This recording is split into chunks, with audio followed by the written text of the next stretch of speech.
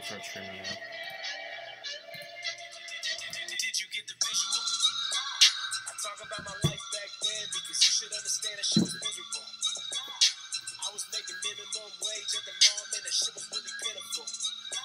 Woke up one day, said I gotta fix the situation, it is fucking critical. Turning point in my life, God help me with the pivot, man, this moment here is pivotal. I need something physical, I need something more than typical. I need my own place, I need money stacking up, that's additional. Talk about residual, thank God for residuals. Can you put something on our screen while we're playing? Thank God for residual. 2 years pass, I ain't looking at the past, and I'm taking these checks to the bank. Hey, rolling in the Ford, and I'm rocking Tom Ford, but I'm trying to be more like Tom Hanks. The same bad bitch that I used to roll with is the same bad bitch in my truck. Hey, all these old friends think I got something to give, but it's hard for me to even give a fuck. Damn, used to be broke, residuals kept my ass afloat. Now I'm on a motherfucking boat. You should take a note. Back then they thought it was a joke. Ain't it funny how it go? Extra to go. Turns out I'm on a favorite show. Damn, someone give it a remote. I don't got a phone. People acting like they don't know, but they know. And I know. I need something physical. I need something more than typical. I need my own place. I need money stacking up. That's additional. Talk about residual. Thank God for residuals. Yeah. Talk about residuals. Thank God for residual. I ain't worried about the next man, cause I'm next man. Fuck around and I might end up booking next man. I be dodging hella calls from my ex-man. Mailbox, I'm just looking for a check, man. In the lab, mix it up like some checks, man. Fat ass, big titties, I'm like, yes, man. Got these hoes wrapped around me like a sweatband. T to Z, got the bitches like Petland. Yeah, shit was overdue. Born in 91, I was late by 92. People look at me like the shit is something new. People look at me like I am the perfect view. Yeah, permanently U-hauled, always on the move. I could do it all and I still have more to prove. Never had much, now I got a lot to lose. I need something I can hold on to. I need something physical. I need something more than typical. I need my own place. I need money stacking up, that's additional. Talk about residual. Thank God for residuals. I need something physical. I need something more than typical. I need my own place. I need money stacking up, that's additional. Talk about residual. Thank God for residuals. You gonna do Instagram?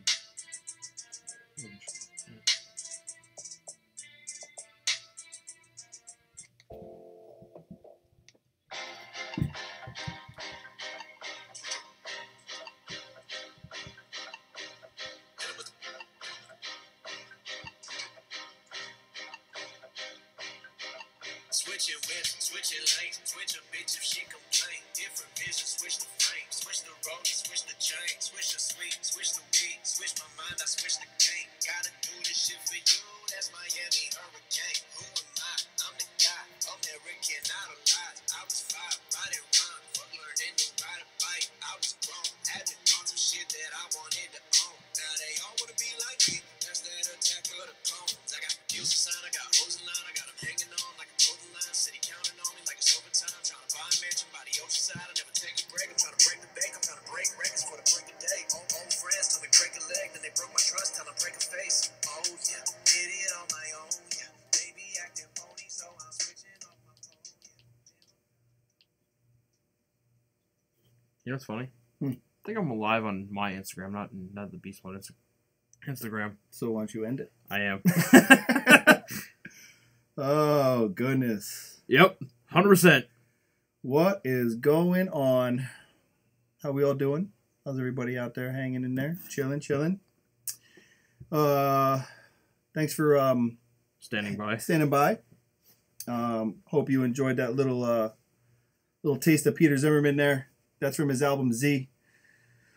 We just sitting here getting situated, trying to get I'm trying to get this view here. I want to get the banner in there more. Let me see if I can get Blaine's vertical banner that I had down in Sonoya.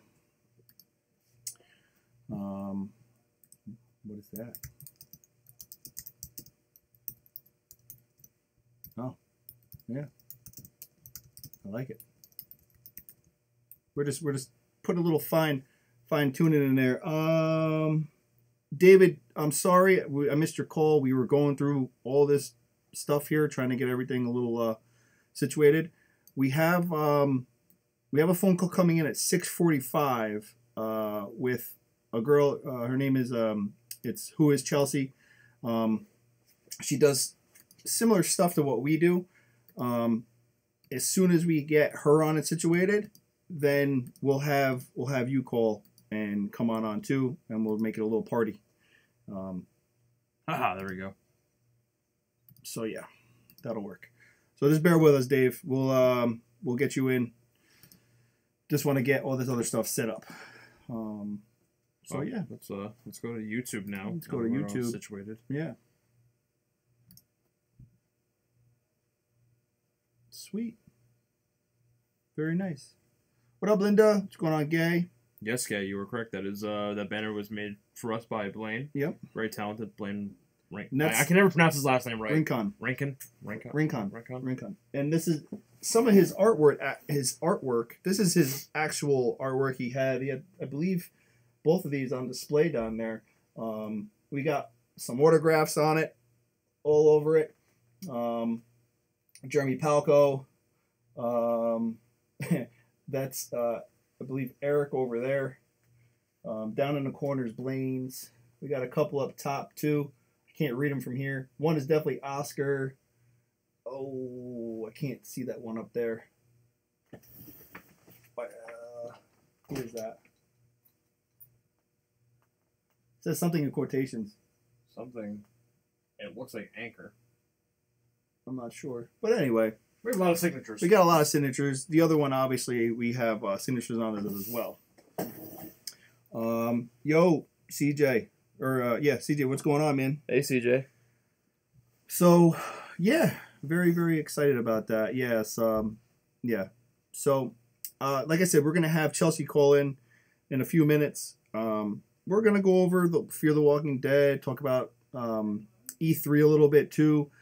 For you guys who don't know what E3 is, it's a huge video game convention they have going on about all the new games that are coming out, a lot of good stuff, all the platforms, yeah. And a lot of the games that are coming out, a lot of them are Z-Poc kind of like oriented. Man. There's a very apocalyptic theme, going on, big time. So, and she's a big gamer, so it'll be cool. And it's always nice, like not for nothing, but we love having women on the show, not just because it's a woman, but we love having women on. We love having women on the show. Women. Well, I love empowering. I agree 100%. Women, man. I'm all for gender equality. Exactly. Like I love being able to do that. You know, I like to show women kicking ass in fields that are not usually traditionally woman dominant. That they are men oriented. Yep. Is a good way of saying it, I guess. And she's calling in right now. So we'll get Chelsea on here. Give us a sec. Okay. What up? Hey, how are you? What's going on?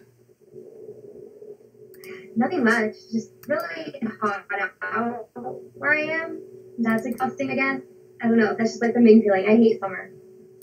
Well, you're out on the West Coast, so it's probably boiling out there.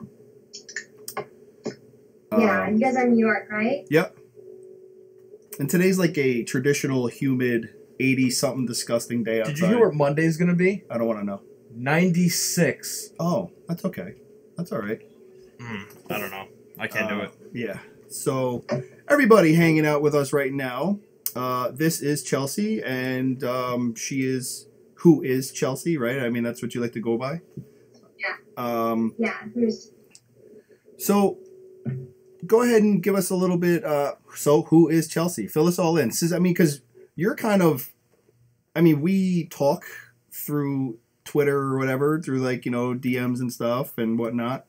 And I know that you do similar stuff to like what we do as far as podcasting, and you also do Twitch and stuff like that, which is for gaming primarily, right? Nope.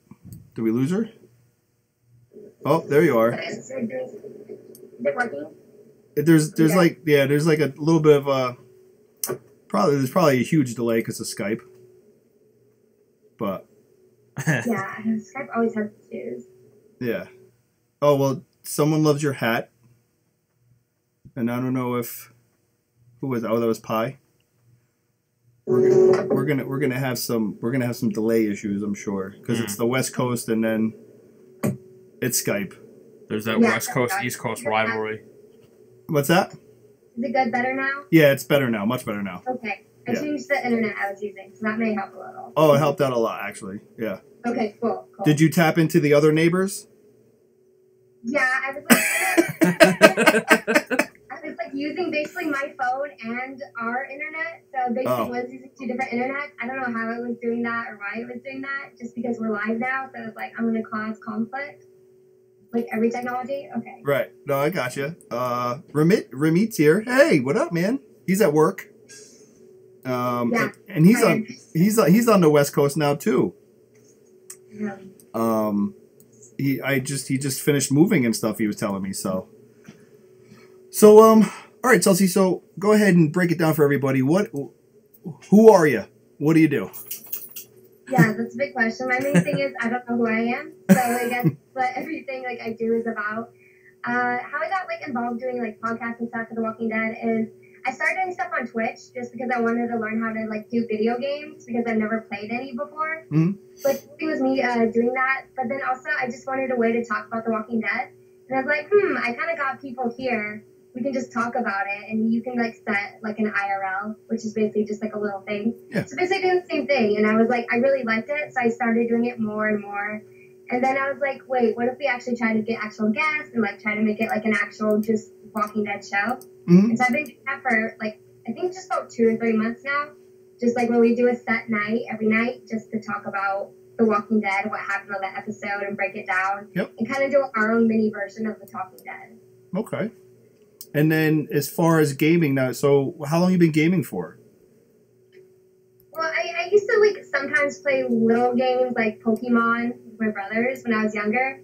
But I guess since January, I really started like playing a game. I finished my first like full playthrough of a game in February. Right. So like that was my big step up with like finishing a game for the first time. So yeah, I'm better at Telltale games. I'm still not great at stuff. I can aim a little better now. I can actually move around and use the camera to look around at the same time. Right. So it's a really big step up for me. So so you're definitely a big Walking Dead fan. How about Fear? Have you gotten into Fear and everything too? Oh yeah, I'm a huge Fear the Walking Dead fan. I loved it since the first season. I don't know why everyone didn't like it the first season. I thought it was pretty good. Like I've loved it since then. I don't know, Ryan. Why don't you tell us why you didn't watch it since the first season? Since you think it's garbage. It was boring. Oh my god. No, see, I love character building. I love really slow shows. Like I love Breaking Bad. Well, I love other shows like that. It was just a lot of character building. I think the problem is where we started off with the group in season 1. They're already in the middle of the apocalypse a bit. Like they've been in it for a while. They've already accumulated to that lifestyle. And it's like on Fear the Walking Dead, they're literally just people from LA. Right. People from LA can be grouchy, like rude like that. And it felt like that. And speaking from a heart, I come from there. It's okay. Yeah, no, that's all right. Let me see. What's up? Oh no, never mind. I thought Eric and CJ were saying that they were going to join her on Twitch playing video games, but they were talking about joining on YouTube. Never mind, because we have Instagram up, YouTube up. Okay. And so recently you just started interviewing some people from the shows too, right? Or yeah, that's been wild because for a while it was just like me and my Twitch community just talking about it. And then I just put something stupid on Twitter. I was like, hey, like I want to get my like little show big enough to where this guy. There's like first Brandon Davis from comicbook.com because I really looked to him. Right. You know, he does all the interviews for that. Yeah, stuff. and I mean, Brandon, if you're out there, could you hit me back up, man? I mean, come on. Sorry. He should. It usually takes him a while, depending on what he's doing, because he's always just so busy. I just watched him get his legs waxed, so I know that was painful. Yeah. So he lost a bet. He lost a bet. It was funny though. I'll tell you that much. I don't know why he played himself. Let's be honest. Yeah, he got his legs waxed like on live camera. It was pretty freaking funny though. I'll tell you. If you guys don't follow Brandon on social media, Go and follow him because his Instagram story with him getting his legs waxed was amazing. It was pure enjoyment for people not getting their legs waxed. Gonna have to watch that. That sounds amusing. Yeah. It's amazing.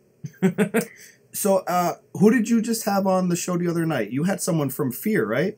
Yeah, it was Evan Gamble who played Ennis, the Vulture. He was Mel's brother. Yes. So he just came on, and we were doing Skype as well, and it like actually crashed twice while we were on. That's normal. Listen, that's Bush League. You just keep rolling with it. You just keep talking. Yeah. You're like, oh, we'll call back. It's fine. That's just Skype for you. Well, that's like I will forever tell this story. But we had both Peter Zimmerman and James Chen on our show who played Eduardo and Cal respectively of the Hilltop. And we're talking about something related to the show. I forgot what it was. And all of a sudden, Peter his whole Skype just cuts out. And then all of a sudden, it's just us and James. And I'm like, well, I guess Gimple got him. Yeah, we're like Gimple, like the laser dot got him, and just Peter was gone. The AMC red dot sight got him, you know. We always joke about that. The AMC's listening, and they just go and they take you out while you're talking on the show. Right, that's what I assume. I'm like, SWAT's gonna come in if they say something. AMC SWAT. Shut it down.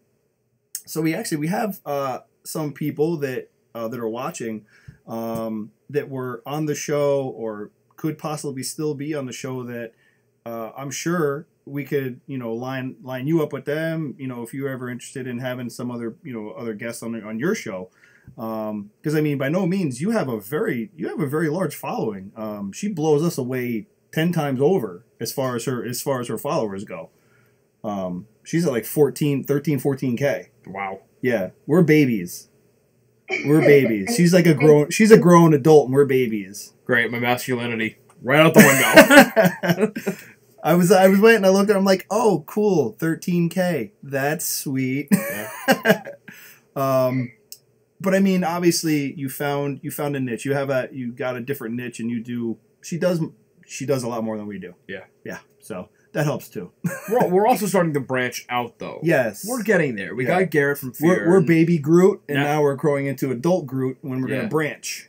But we just don't. We don't want to be teenage Groot who just fades away. You don't want to be teenage Groot. Oops, spoiler alert. Yeah. Sorry for that. Oh yeah, if you didn't.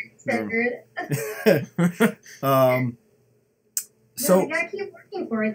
That's cool. You guys have big people though. Like especially for starting out, that's like more than anyone else. Like getting those type of guys on your show.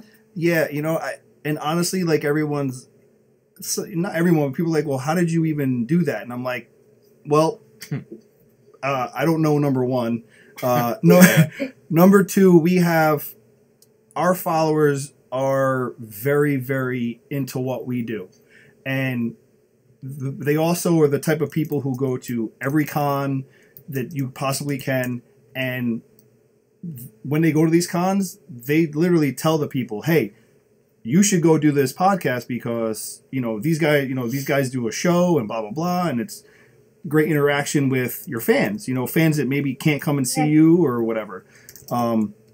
We owe a lot to a lot of the people that are watching us right now because of the connections that they've had and the interactions that they've had. Yeah. And then it just becomes like word of mouth. It's like I think I think the kind of like the biggest moment of that, like, holy shit, people actually like us was probably Seth Gilliam. I think that was probably the first big like what the fuck, because we had Seth DM'd us, and we were both walking into work because we work together, and I'm like, I got a notification from my phone, and it said Seth Gilliam, and it said it was like, hey boys, and whatever, and I'm like, no, we're getting punked. There's no fucking way. I pull up my phone, I'm looking at our Twitter messages, and I'm like, it's Father Gabriel. Yeah, he's actually messaging us, and. Yeah. That's like so cool. I like him. That's cool. Yeah, and he ended up telling us that multiple people ended up just DMing him, and a couple people have his personal Facebook page that they're friends with and stuff like that, and they message him like, "Hey, you should hit up Ryan and Chris and go on their show." And we're like, there was one specific person who really helped us out with that though. Yeah, and she's over in the UK, and she knows who she is. Yeah. I love the Walking Dead community. It's so like cool how everyone's just it's so nice. Especially I've never been in a fandom like that because I used to be in like this guy musician. I was in his fandom, but like no one has like really cared about you. But it's weird. Like The Walking Dead, it actually feels like a family. Right. Like that's what's so much fun. Just like talk about it because it's other people who are as passionate about the show as you are, and Absolutely. like understand the same things that you're going through when like your favorite character dies. Yeah. Well, see, that's kind of like we're the anti. We're so you have your angels right on your shoulder, and then you have like the demon, and we're always kind of like the ones who like to point and laugh at the people crying over like the characters dying, because we're like, not that we point like, look, do I get kind of like, I got pissed off when Gavin died just because Jason Warner Smith is amazing. Yeah. He's an amazing person. He's an amazing friend. That and they just halted his character development, but that's the English major. They stunted his character development to the point to where it really could have been so much more. But in other character arcs, and I know people are going to fight me tooth and nail on this because of the comic, I didn't really care when Carl died because I saw his character arc. Same though, no, same. Yeah. I liked the comics. I did not like Carl in the comics. I didn't care for him in the show. Yeah.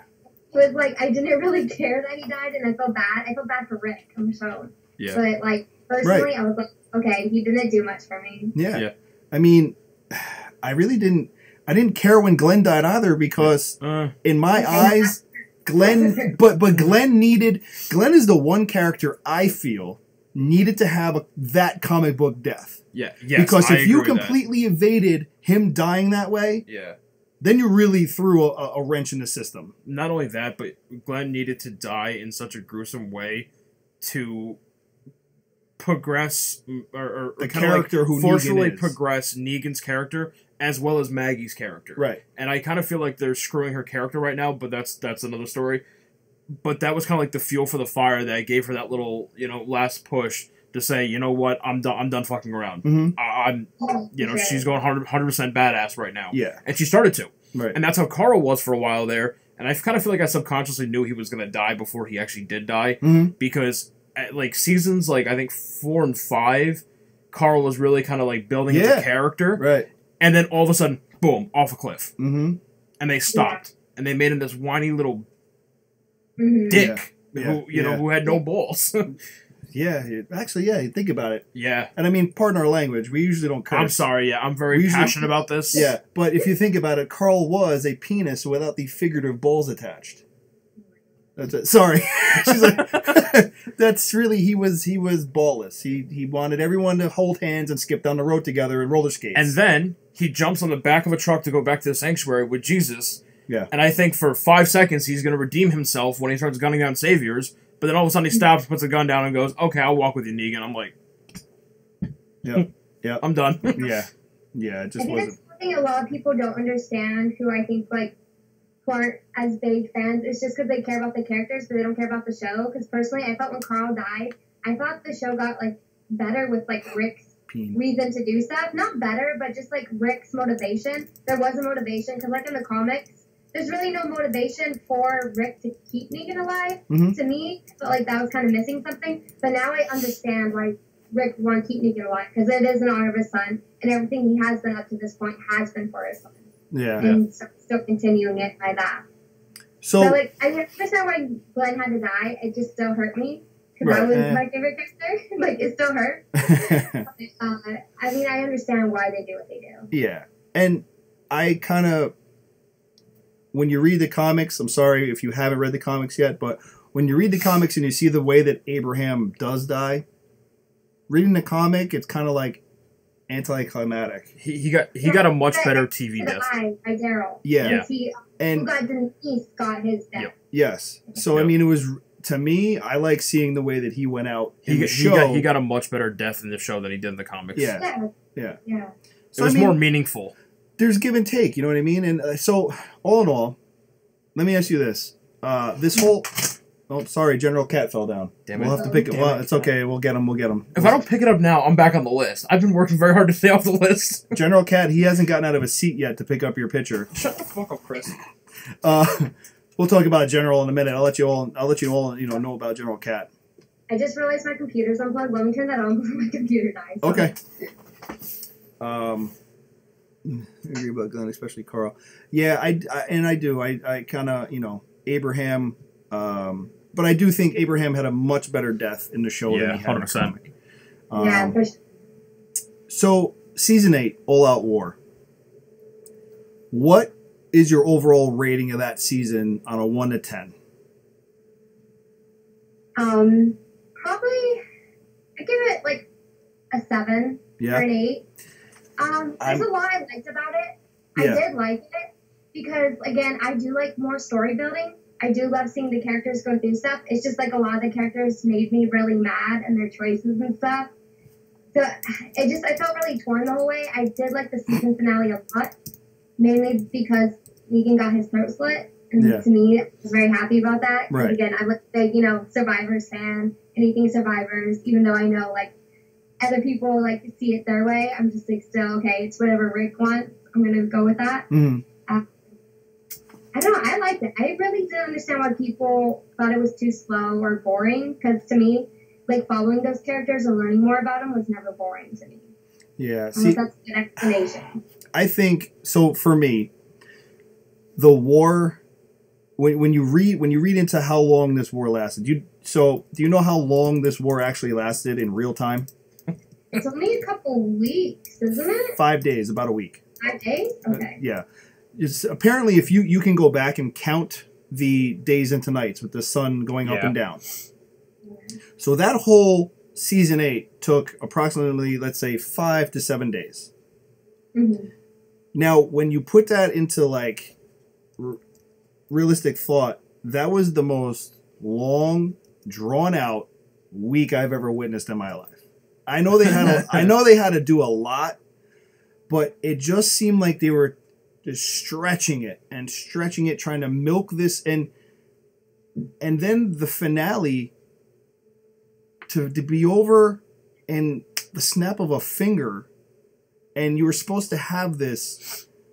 I mean, look, when you think about war, you think about bloodshed. You think about bloodshed and people dying. It's all right, and it happens all the time. You think about people dying and like all these things. Yeah. And people died, but people died who like weren't really a part of the story arc. You had saviors dying by having ammo explode in their guns in their hand.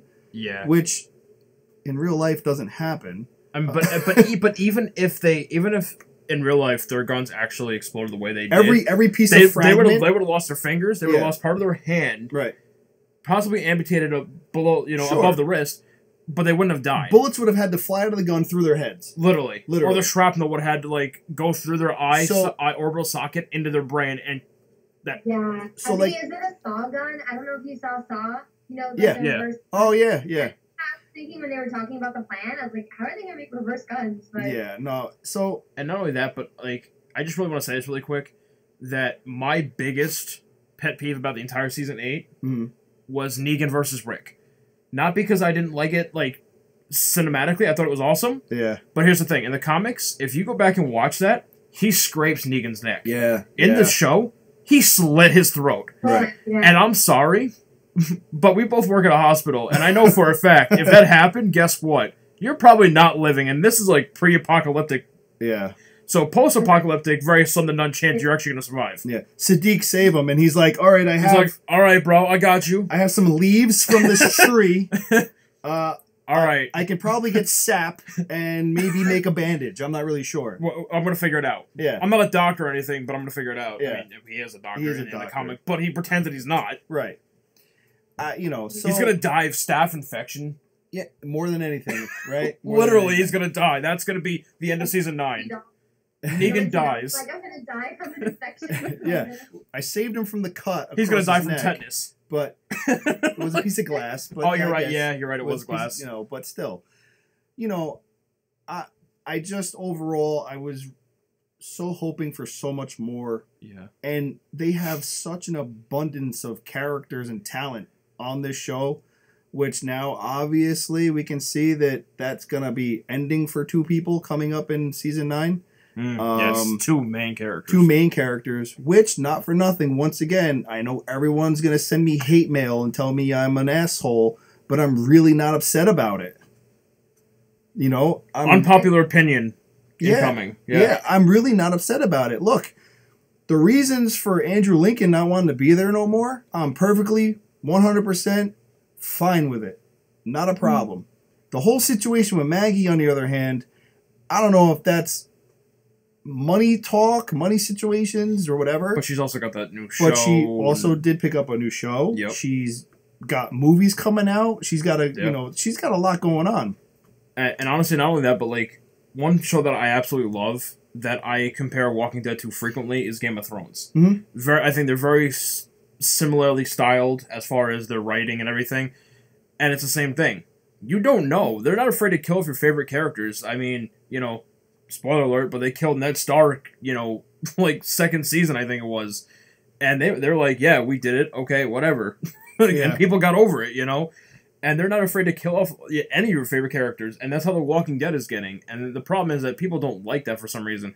I do. Yeah. Because that way, it keeps you on your toes. You don't know what to expect.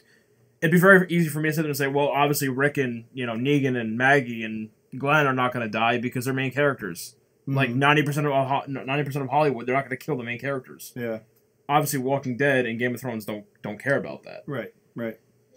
And obviously, Fear the Walking Dead show, some people are like, oh, there is no Walking Dead without Rick, but there is. I mean, there really is. It may not follow the comic book anymore, and I think that's what people are upset about because it's not the comic book story, but they still continued storyline from it. And obviously, to me, Fear the Walking Dead shows that the writers are capable of making their own stories. Yep. Yeah. And to be honest, Fear the Walking Dead Season 4 has been some of the best Walking Dead content I've seen. It's personally, I loved Season 4 so much. Absolutely. See, when they ended Season 3, and then they started building this Season 4 characters to come in and everybody to start filling, the John Dory and Naomi slash Laura slash June. Her 1,000 names. Yeah. And then bringing in obviously Lenny. Season 4 and even the mid-season finale, and there was people trashing it. And if you haven't watched the mid-season finale, there's a little spoiler alert. Plug your ears or whatever you got to do, whatnot. But someone dies in the mid-season finale who has been a main character since season 1. Yeah. I have. She's my favorite character. Yeah. So Kim Dickens, right? Yeah, Kim Dickens. And is that who you were holding? Yeah. Okay. My Madison doll. Yeah. So and people started trashing it. Oh well, this is the only way that Fear and The Walking Dead know how to operate is just by killing off the main characters. It's like it's a zombie apocalypse. No, and yet you know what? I don't really know what happened with Kim's. Who knows what's going on with Fear?Maybe I know that contract issues do come up, or money sometimes becomes an issue. That's whatever. If Kim was done wrong, then yeah, I'm definitely a little pissed off about it. But if it's something that was a mutual thing and she wanted to step away, kind of like what happened with Andrew Lincoln. Yeah, but I don't know Kim's story. Do you know anything that led into that? Have you heard anything? I haven't heard anything. It doesn't sound like she wanted to leave from what I've heard so far. Right. So, some people have done an interview. I know Brandon has done an interview, but they haven't released the thing yet. Mm-hmm. So I'm waiting for that. But it seems like she really didn't want to leave. I think it was a writer's decision. Right. Which I don't know. I can see why, but to me it is surprising since they knew that Nick wanted off the show that they would kill another main character. I mean, in the same half of season and not even at the other half of the season. You know what I mean? Those are two major deaths within literally 8 episodes. Yeah, Frank actually, because he went to another project already. He's got a movie coming out, I think, right? Is it a movie he's doing? Yeah. So Frank, he left for some other reason. Yeah, because he just wanted off. So. And and sometimes I put it like this because we heard it from basically. I like to say you heard it from the horse's mouth. So we had Garrett Dillahunt on. And he basically was like, when you do something for so long, when you're a character playing a character for so long, as an actor, you feel like yourself, okay, my character has reached a point where I feel like I'm done with him. I think it's getting stagnant. It's stagnant. And the actor themselves wants to pursue something different or wants to take, a different I've done horror for this amount of time. I'd really like to do comedy, or I'd like to get into a drama, or that's not about or sci-fi, or something different to change it up. Even taking it from the actor's point of view, sometimes they just do something for so long that they really just want to expand and grow themselves. Yeah. And as people who are fans have to like really understand that. Like, you can't trash these people for, sometimes it's just a personal decision. Like, I'm done playing a cowboy, I want to go be an Indian. Like, okay, well, cool. Like, I told you how I had the argument with someone on Facebook or Twitter, I don't remember what it was, where they told me you can't dictate who's a fan and who's not a fan. And I was like, well, you can by definition. And they're like, well, what do you mean? And I said, okay, take for example what's going on right now with Andrew Lincoln and Lauren Cohen, right? People are like, oh, how could you do this to me? How could you do this to the Walking Dead family, the Walking Dead universe, blah, blah, blah. Okay, whatever. Well, one, Lauren wants to go on to other projects to expand her repertoire as an actress. She wants to grow, and sometimes it's hard to do that when you've been the same character for the past 9 years. Mm-hmm. Andrew Lincoln, his entire family is, I believe, in the UK, and he's been here filming for 6 to 8 months of the year and doesn't see his family. Yeah. I know at some point they did come here and lived here for a little while. Yeah. But I don't think they're still here. I think they went back over. And so, like, if you sit there and you say, well, I'm never going to watch The Walking Dead if you kill Rick. Okay, that makes you either a Rick Grimes fan or that makes you an Andrew Lincoln fan. Right. Not a Walking Dead fan. Right. So I can sit there and tell you that any day. Yeah. Yeah, it's true. Like, you're not saying that you're a fan of the show. You're a fan of this person or this person's character. So when that person's gone, you really weren't a Walking Dead fan. Yep. You were an Andrew Lincoln fan. So I mean, my favorite Walking Dead character of all time was Glenn. Right. I really enjoyed Glenn's character. I enjoy his comic book counterpart as well. I really do. And when they killed him off, I was like, wow, that kind of sucks. And I thought he had one of the best like cinematic send-offs I've seen on TV of any character. Yeah, right. And he kind of, what I liked about it was he stood his ground, and he didn't beg for forgiveness or mercy from Negan. He just, once he got hit the first time, he sat there and he got his last message out to Maggie, and that was it. And kind of like same thing with Abraham, he was a close runner-up to my favorite character, just because of the way he went out. Suck my nuts, and he got killed. And it was just kind of like one last like fuck you to Negan, and that's why I love both those characters. And people are like, oh well, I can't believe they killed off Glenn. I'm not going to watch The Walking Dead anymore. Okay, bye. Yeah. And look, not for nothing, they have lost a pretty large size of a viewer fan base. Yep. I mean, but also the writing to me has fallen off drastically since season 5 or 6, around there. Can I scroll back down? Yeah. I think a lot of it has been, they've been trying, because of that they've lost so much fan base, they've been trying to like listen to their audience, listen to them, and they shouldn't do that, because if they have this, like, they have a show, they have a vision, you need to write your vision, because obviously when you started, it was so good and amazing, same way like Fear the Walking Dead. Right. They're just doing how they envision it and not like having to worry about that. And to me, I think you can just tell, because I see a lot of like stuff on Twitter and stuff, especially about like the Rochelle and stuff, and you can see them putting stuff in there just for fans sometimes. Yep. And like certain scenes just for fans. And I understand like fans are important, they watch your show, but at the same time, like, what do you want to make? You want to make a fan-based show, or do you want to make your like artistic vision? Right. And that's what vision in movies were originally set up to be. And I think that's what it's been missing a little, especially with like All Out War. I just felt it got a little dull, because it was that same thing over and over again. Right. Just because like that was their story and they didn't really know what to do with it, I think, because it was so touchy on losing characters, like especially after Glenn, because they took a big like nosedive down. But it's a slippery slope, because a lot of people are doing that, but I don't think, like you said, a lot of people don't really understand that that's the TV show and that's what's going to happen. It actually really doesn't matter, and those characters will still be on other stuff, but that doesn't mean the quality in the show goes down just because that character isn't in it anymore. Right, exactly. So I want to introduce you to Linda. Linda's out in France. We got people watching from the UK, France, Finland, all over the fucking place. I think Pi, right? We narrowed it down. Pi's from Finland. We call her Pi. Her name is, I think, Pi, but it's not Pi. It's like, it's got the A. It's some kind of Finnish name. It's like name. an A with 2 little dots over it and some other letters and shit that we don't understand. But we love Pi. She knows we love Pi. So Linda and I want to propose this too. So Linda says that we'll see Abraham again because Abraham was from Texas, and Athena, right? Athena?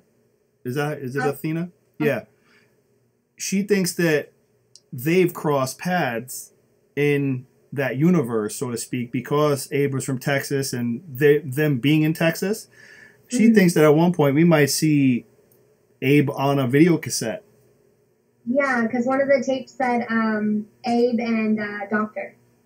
Abe/Doctor. So I think they were saying that even on Talking Dead, they confirmed it, that was them. Right. And that we might see them on a tape like probably before they met Rosita, is my guess. Like probably like right when Abe, Abraham met Eugene. Yeah. Like right when it was just them two that they met.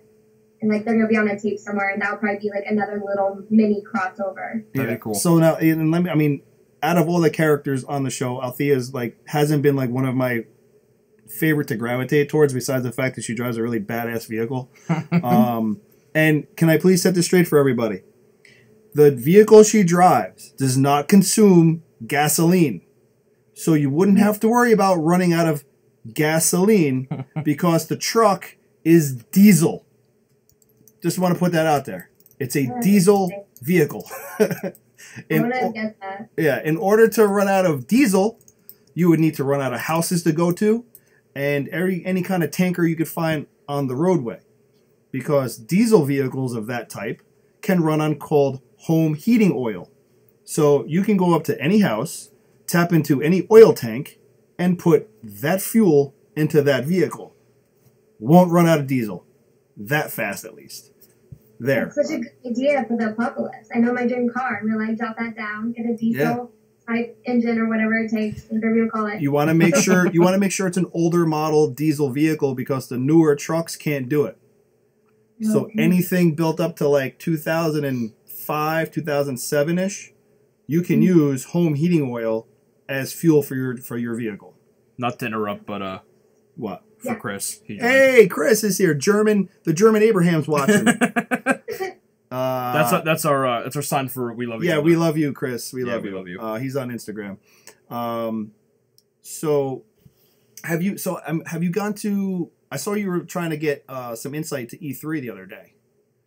Yeah, because I saw like Overkill and stuff, and The Walking Dead. I played The Walking Dead Telltale. Yeah. So I got all the new information about those games, and I saw they had like a big booth and set up. It would look amazing. Like walkers walking around, and I just wanted to go so bad. I was like, please just send me pictures, anyone. I just want to live through them at least, like a video of it. Yep. No, it looks so cool. I'd like to go to E3. Thank you. I'd like to go to E3 one day myself too.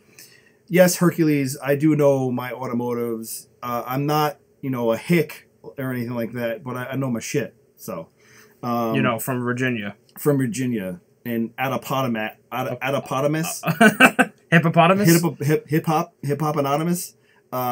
Hercules is from like down in West Virginia or Virginia. Appomattox, Virginia. He's in the woods. You know what's actually funny? Deep in the woods. My girlfriend. Look at his house in the apocalypse. Yes, you want to go see Hercules because he'll have possums hanging from his trees and shit. Oh, Hercules said, "I bet Chris would suck gas out of a car like a champ." All right, Herc. All right. I'm the one that has neighbors closer than 300 yards, so it's okay. Just saying. You have more farm animals around you than the average person. So there's that. But I love you. You're like a brother to me. Not the way that you treat most brothers. Just saying. Oh. We're keeping this PG, damn it. That went out the window like 5 minutes into the show. So let's fill everybody in on Telltales and the Walking Dead kind of thing. If you guys don't game, and I know actually a lot of people do game. So what season are you up to? Are you waiting for them to release this one in August? Are you all caught up? Yeah, I'm on season 2 right now.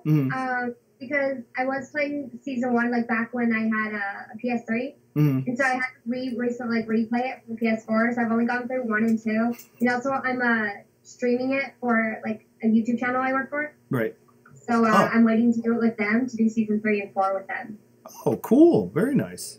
So I kind of know a little bit that happens in 3 just because I watched Markiplier kind of play through it because I was cosplaying as Clementine.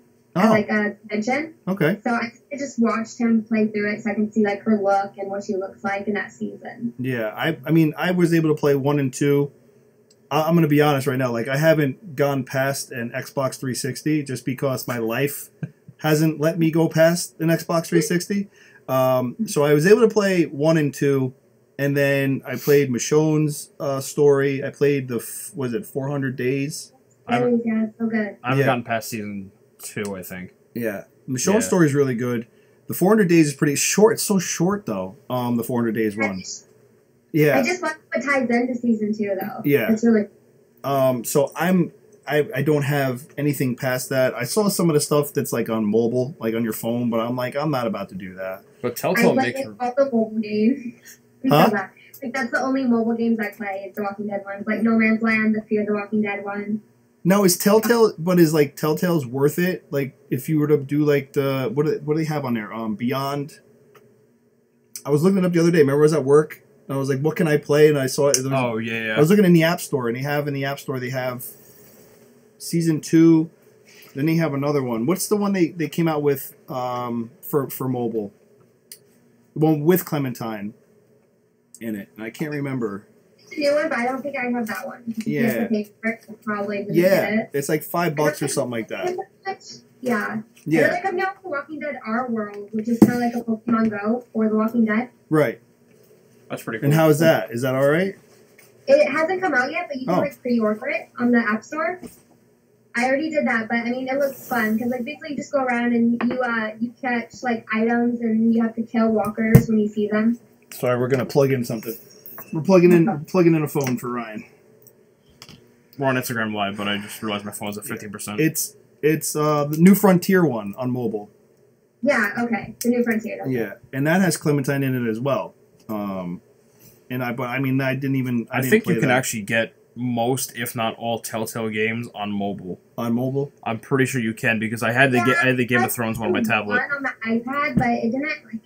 I don't know. It's just the gameplay was so weird on an iPad. Yeah. That I prefer it like actually on a console or on PC. Absolutely. When I played the Game of Thrones one on my tablet, it worked fine. But when I tried to play Walking Dead on it, I tried like the first episode of season 1 and it didn't work. It was just really laggy and like the frame rate just dropped ridiculously. Yeah, I mean, I play MCOC on my phone all day, so I mean, that's pretty much all I play right now. It's the only game I play is Marvel Combat of Champions. That's it. Never heard of that. Sounds really fun though. Oh my god, what? You haven't? Wow. I had to stop playing because I was spending like actual money on that game. You can get into a little bit of a money rut if you're if you're not careful. Yeah. It's Marvel Contest of Champions. And it's nice. Yeah, it's very, very addictive. So yeah, all right. Anyway, so what do you think? Let's move back into, we bounce around a lot, so that's fine. They're used to it. As far as this coming season and what we've all heard that's going on, what do you think? What do you think is going to go on in season 9? Because they're saying that Rick and Maggie will not make it more than 6 episodes and will be gone before the season's over. Yeah. So, I mean, I think, to me, it sounds like they're killing each other off. Like, at the end of the last season, we had that whole conversation with Maggie leaving off, talking to Jesus and Daryl. Yep. And now we have these rumors because I guess they haven't really been solid confirmations, but we've heard enough about it from multiple resources, and a lot of them are like comicbook.com. They're very viable resources to like have this kind of information come out.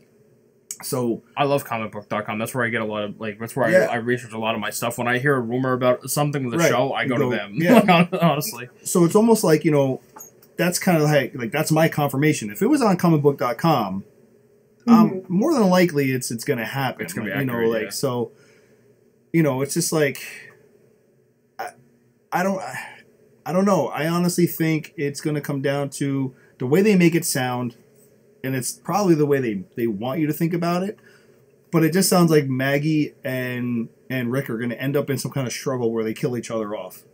Some kind of like some battle or fight or Wild trap. West standoff. Yeah, or some kind of trap or I don't know. you know? I hope it doesn't come to that. I hope there's some kind of, like, emotional wrap-up from the fact that they've known each other for so long. Yeah. And maybe they both get bit in some kind of scuffle, and they just, No, really bit? Eric would love that, but no, we can't. Eric would love that. No. We might have creature actors. We might have creature actors watching right now. So we just kind of we might. I don't even know. Possible. Not sure. One of my dream is that Rick doesn't die but goes off. That way, there's always an opportunity for him to come back. I know a lot of people want that. Goes off somewhere just because I don't want to see him die, but. I don't know. I think definitely it's going to be something like either Negan's probably going to get out because I believe he escapes in the comic books. Mm-hmm. The prison. So I think it's going to be something with him that either Negan will kill Maggie when Maggie's trying to kill Rick, and then Rick has to, I don't know, or someone kills someone, or even Daryl kills Rick, and then we might see an off-put of Daryl. That's kind of what I was thinking too. Is that either in whatever kind of situation happens is like, let's say maybe Rick kills Maggie, or Maggie kills Rick, but either Jesus or Daryl are kind of like involved somehow in this secret kind of thing, and then the other one witnesses, let's say they witness, Rick killing Maggie, so they take out Rick somehow, not like accidental kind of quote unquote, wasn't supposed to happen, but it did kind of thing. I don't know. The only reason I could see that with Daryl and Rick as potentially being the death of Rick would be because of how they have had these struggles the past season. Mm. And you see the one scene where they're they're fighting each other, and then I forgot what happened. Something explodes, like the back of the truck explodes that they were they ran off the road. They had the machine gun on the back of it. Yep. So I could see it. Yeah. I think Jesus is a double agent, though. I don't think he really wants to hurt Rick. I think Jesus understands more. I think he's just listening to Maggie because he knows how powerful she is and what she'll do if he's not with her. But I think he'll be a double, a crossover agent. Yeah, look, there's so much that they could really do with this coming season. Oh yeah, and make it very interesting, and really just fill it with terrific writing. And then they could just absolutely make it why am I watching this? They could just make it a catastrophe. Now, obviously, we all heard that there's a new showrunner and the writing should change and kind of gear back to previous seasons like 4 and 5 and stuff like that, where the writing was obviously on point and very interesting, good storylines and everything like that. So, hoping that if they do both ride off into the sunset in season 9, that they do it in a way that they deserve to leave. Yeah. I mean, if you could obviously dream up of a way of them dying as being maybe one of your favorite actors on the show, we all want them to go out a certain way. I think that's my biggest fear is that they're just going to give them some crappy send off, and it's just really, because the past 9 years meant nothing. Mm-hmm. To be super powerful if they do kill him. I think it needs to be really, really powerful. Yeah. But, there's also the chance that the Whisperers come in this season. Yeah. Which I'm not sure if they're going with that storyline or not. They've kind of teased it. They kind of haven't. It's yeah. It's just, I don't know if we will or not. Or how, because I understand how it works in a comic book, but how they make it work in a TV show would be really interesting for Whisperers. Because I kind of felt the whole way. Same with the governor. Everything that the governor is way worse in the comic book. Yeah. Oh my God, yeah. Horribly worse. Yeah. Thank God they didn't do that in the TV show because none of that would have worked. Could you imagine if they actually had Michonne do to the governor in the show to what she did, what she did in the comic? If people and that's what I try to explain to everybody all the time is because people are always oh, it's so graphic and gory. Why did they have to do that to Glenn and Abraham? Oh, blah blah blah.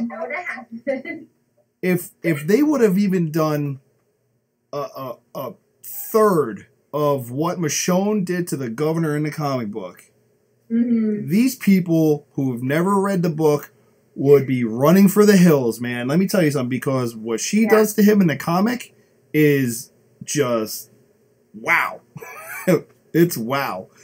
I think that to me, that's one of the craziest like deaths I've ever seen. Yeah, and like and I don't want to spoil anything for anybody, but if you want to see what really happens in the comic, just go look up that part of the book. Who was it? Was it? See, book 6 or 7? 6. Yeah, I get the giant. Compendiums. I get the volume. Yeah. So, but yeah, I mean, I don't even know if I have it around here anymore. Who was it? Was it Gregory? That like gets a really violent death. Well, that's another thing we have coming up too in season 9. If they do it, and Gregory also dies in a really, really brutal way. Yeah. Doubt they're gonna do it, but Well, but I want to see him die. Yeah, look, boy. Well, yeah, Chelsea might have just signed her death. No. Because she said, I want to see Gregory die. So for the people who can disassociate Gregory from Xander Berkeley, okay, she loves Xander Berkeley, I'm sure, doesn't like Gregory. The actor is totally different. Right. But we have to make sure everyone understands that, because it'll be like, what? Oh, no, she wants Xander to die? No, she doesn't want Xander to die. She wants fucking Gregory to die. Yeah, no, exactly. Like, I love Jeffrey Dean Morgan. Like, probably one of the sweetest guys. I love him. Like, his Insta stories. He's a great guy. But Negan, no, he hurt my baby. Uh-oh. Killed Glenn. Oh, she put an accent in there. Where'd that accent come from? She went Southern Belle. She said, kill my baby. Okay, I'm just kidding. Glenn was my all-time favorite. Yeah, that's like all my Glenn stuff right back there. It's like, that's okay. Everybody, we have a ton of Glenn lovers. Don't worry about it. It's not that I didn't like Glenn. I was just really happy he died the way he was supposed to. I like Glenn. He was a little, Glenn was a runner. He was a runner. Yeah. He was a runner. But he was good at what he did. Of course. Yeah, absolutely. And honestly, Rick wouldn't be alive if it wasn't for him. Rick probably would have been dead in the middle of downtown Atlanta. Very true. Very true. Well, Lonnie says that, if Rick and Maggie both die together, I hope they die working together to save the others. That's another... Or it could look that way. Maggie could make it look that way. There could be people in trouble, and Maggie might, because of her agenda, could make it look like she's trying to save people, and it's a trap that she's supposed to live through, but ends up dying with Rick. There's another, there's so many ways they could go with it to give them that hero villain, like who's going to be the hero, who's going to be the villain type thing. Yeah. Obviously, it's looking like Maggie's going to be the villain right now because of what happened at the end of the season. Yeah. So, what is it? What's that saying? Hell have no, or whatever. Hell hath no fury like a woman scorned. Exactly. Hell have no, fear like a woman scorned. Hell hath no fury. Look, I don't do the hath shit. I said have, okay? I'm sorry. Hath. Fucking Sylvester from... That's the saying. You wanted to say. I know, but I didn't say it in the Lord's language. I apologize. the Queen's language. The Queen's language. The King's language. The King's language. Sorry, I didn't... Whatever the hell it is in Sorry, the UK. gay. I didn't go all UK on it. Lucy's here too, so... Oh, hi, Luce. I didn't even notice. Anything have had someone who's watched like the first 2 episodes of season 9 though, because he works for Skybound. No. He says that it's really good though. Really? Yeah, he says that it's actually really, really good. That's awesome. Let me see. What did I just see? I just saw something. Oh, what do you think's going on? Do you think Heath is ever going to make his way back into the show, or do you think Heath is gone?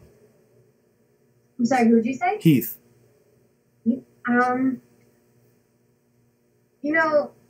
It's hard to say because it's like the same thing like with Morales left. Mm-hmm. He left, then I feel like they brought him back because fans kept asking where he is. Right. Like, where is he?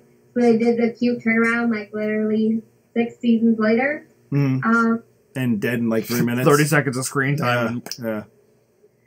I think he could, but the thing is, like, will he be good or not good for our group? And that's what I'm thinking. Like, if he's been gone for so long by now, has he been on his own where he's lost touch, like, kind of like Morgan? Or did he find another group? Maybe we'll see him with this new, I guess we're going to say it's the NWO, the New World Order. Yeah. Because when they introduced, God, I'm so bad with names. What the hell was her name? Georgie. Georgie. Yeah. They So introduced. well, we think it's the Commonwealth. Yeah, we think it's the Yeah. Commonwealth, or it could be the Commonwealth or NWO, whatever you want. Who knows? I know that Mhm. that's like further down. Like the NWO is like further down in the comics. Yeah. But the Commonwealth. Who knows? Maybe he'll end up in that community where they're saying that they have, 50,000 people in or something like that.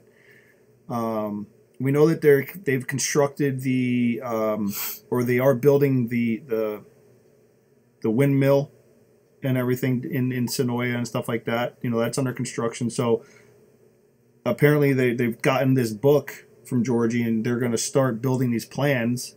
Yeah. And change, I guess, rebuild and basically just rebuild. Yeah.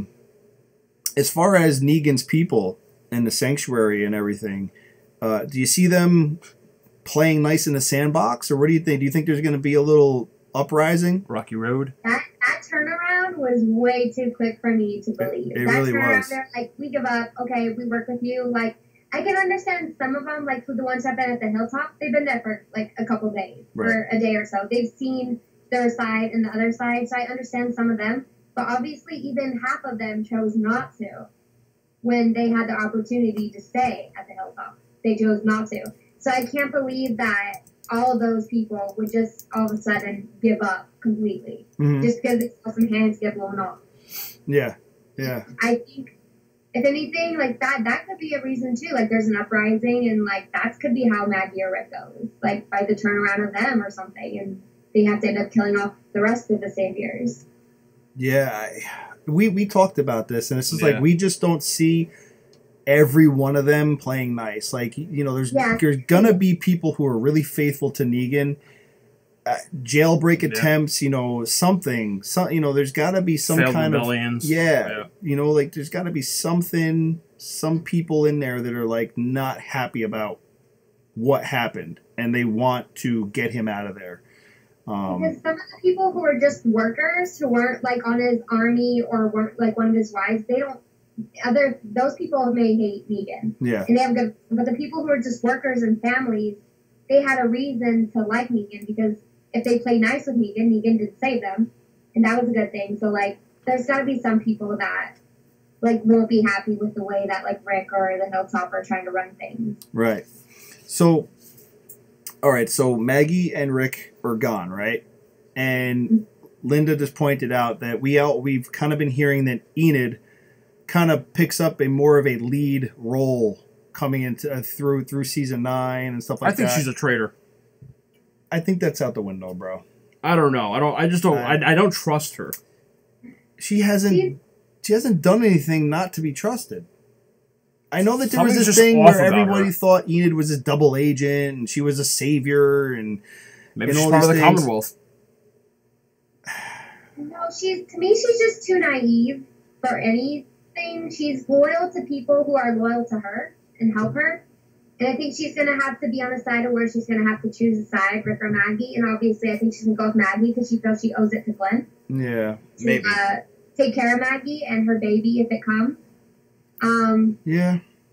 I've heard people say she's going to take over Carl's storyline and stuff like that. I don't know. She could have a chance of like a growth, maybe if they give her more story, since we're not focusing on so many characters this next season as we were in season 8. Right. Because that was a big problem too, I think, was just bouncing so far to so many characters. Yeah. Like they could give her a better storyline, but if they don't, then she's just like, she's really bland. She's not the greatest character. Yeah. But I think she does have chance for growth.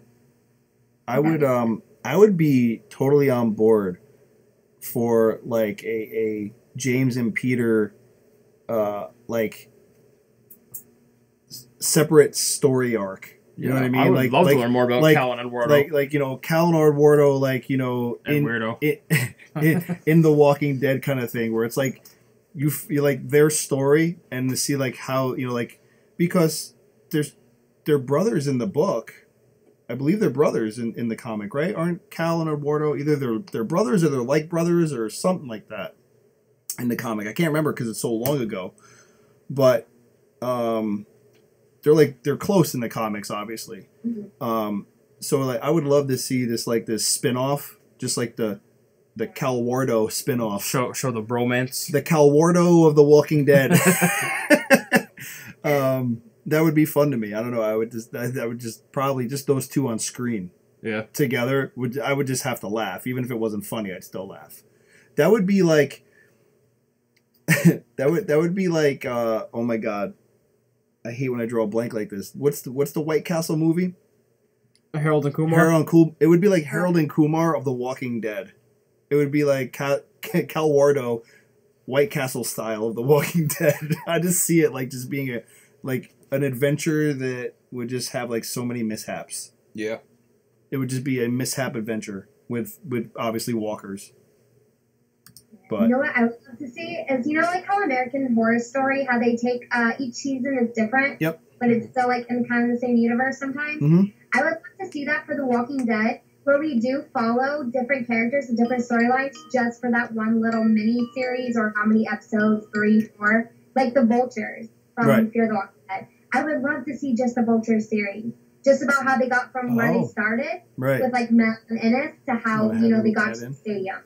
Like, I would love just even like a 1 to 2 or 3 episode just about that. Or even other things. I would be like, down for that. Just like, you know, a couple episodes, a little mini series just for them. Yeah. Sorry, we're not interrupting you. Keep talking. We're actually having David.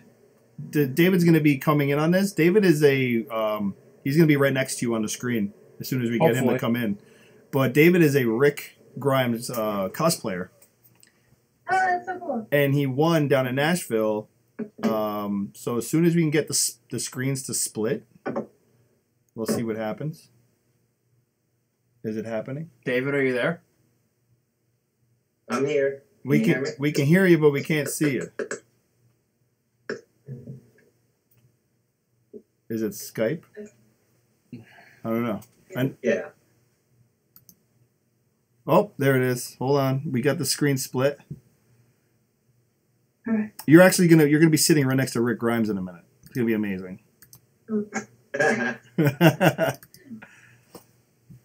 David, try turning your video off and on again through Skype. Oh, click on it. On the icon on the bottom with the camera? Yeah, turn it off and on again. Because Skype likes to play games. There you go. That's it. There he is. Aha. Hey. That's so cool. Hi. That's it. How are you? Good, thank you. How are you? Good. Is this real facial hair stuff too? Yes, it's all real. Every bit. Can you see me in the background too? Check it out. Too good. Oh my god. Somebody's got a complex. Yeah, right. Yeah, you know. Hey, look. Vistaprint does not tell you or really give you a clear description of how big that banner is, and I felt like when it came in, I was like, everybody's gonna think I'm pretentious, and so I'm like, oh my gosh. I was like, I told Karina, I'm like, this thing is ginormous, and I don't know if everybody's gonna freak out and think like, oh, this dude thinks he's all that, and I don't. So if you know me well enough, I don't. I'm like a little. All right, David, real quick. I don't mean to cut you off, but we have some people who are seeing you for the first time, and they are freaking blown away right now. We need you to give us your best coral. Okay, all right, you ready? Yeah. Coral. It's so good. Hold on, do it again. I'm gonna turn it up. Do it again. Hold on. Go ahead. Coral. There you go. Oh my god, I love amazing. Did you just like realize you looked like Andrew Lincoln while watching the show and you're like, okay, I can see him, or how'd that work? Okay, so I have been getting this since 2005. So when he was in Love Actually in 2003, I had a girl that walked into work and freaked out, and she came back there and was like, I saw this movie and you're in it and I can't believe it. And she didn't even tell me the movie, and it didn't dawn on me, I didn't put the connection until Walking Dead came out, and I had a guy that would freak out and talk about how much I looked like this guy he loved on this show, and I didn't watch the show at the time, and he basically told me his favorite character was the sheriff named Rick Grimes, and you look just like him. And so then I found out, I put the two to two together and found out, oh, well, it's Andy. So that's the guy that she's talking about. So I've been getting it for a lot of years, even before Walking Dead. Great, So thank you. so it's a huge honor. So 4 p.m. Wait. Sorry, we were just trying to figure out something over here on Instagram. David, explain to, just because this is the first time you guys are meeting, David won the cosplayer, the Nashville cosplayer, basically, right? The award for that? Yeah. So I, but notes that, a lot of people don't know this because I've been getting it for so long. It feels like I've been doing this forever. My first event and my first time I stepped out to actually cosplay officially was Nashville. And I had done Halloween gigs, and I had dressed up a couple times before, but nothing to that degree. And I cannot tell you that in 48 hours, my life completely changed, and the fans have embraced me, and the amount of love that everybody has shown me has been overwhelming. So Yeah. Cool. That's fine. Did you end up liking The Walking Dead too? Oh yeah, I've watched the show for quite a while now, and I'm a huge fan. And just before this, I have been live tweeting with somebody about a conversation with one of my favorite actresses on Fear, Jenna Elfman, and she has been responding to those tweets, and she's one of my favorites on the show. I love her in this new role because we're so used to seeing her in a little bit different role. If you grew up watching when she was on Dharma and Greg, you get one perception of an actor or actress on a particular show. And I feel like when I found out she got cast for this role, when I was reading about it, I was really intrigued. And I was like, wow, this is such a different light for her. And she's become like my favorite. She blows every time she's on screen, and just the depth she brings to Fear. Fear has been amazing this season. I'm a huge fan of Fear season. So she's definitely one of my favorites. So David, I need to his name's Harris. Harris on Instagram says he wants to let you know he's really big fan of yours. Oh, thanks, Harris. That's a huge shout out. So I appreciate that. And it's pretty wild that today I just went to lunch at Panera and I got mobbed at Panera.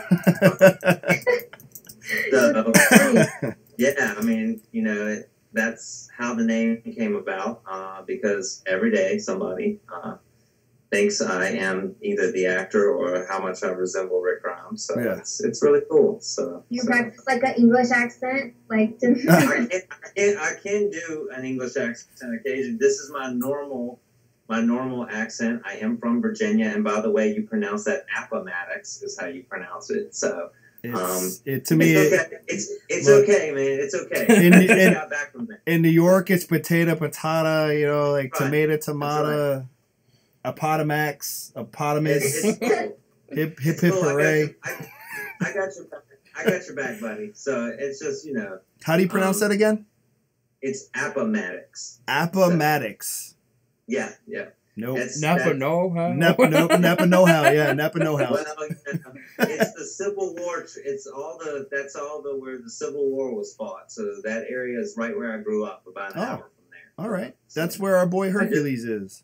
Yeah, well, Hercules, I just got back from Virginia Comic-Con, so I just did that Comic-Con over the weekend. So very nice. So and I'm going back to Sonoy next week for my birthday. So when's your birthday? When's your birthday? Next Friday is my birthday. So okay. Andy and I share. We're the same age, also. All right. I am 2 months, 3 weeks older. So I'm the 22nd. June, and Andy is September 14th. So it's kind of cool also. So. That is pretty cool. Very nice. That's awesome. You're welcome, Harris, by the way. So Chelsea is obviously a huge fan of The Walking Dead and Fear the Walking Dead. She's out on the West Coast. We had her pop on and just kind of talk with us tonight. It's hit her up and said, "Hey, what you doing?" And she was like, just sweating in California, right?" Right. She's like, "Not much." We were, just talking about the seasons and everything, kind of like figuring out what our thoughts were on, season 9 and stuff like that. So we're thinking if Andrew steps out, you could just step right in. Yeah, I mean, those are big boots to fill. Andy's the man. So. That would be really, really cool, though. Could you imagine getting that phone call? Hey, look, we need a stand-in. What are you doing? We need a stunt double. What are you doing? I would be there quicker than you can shake a stick. As we would say.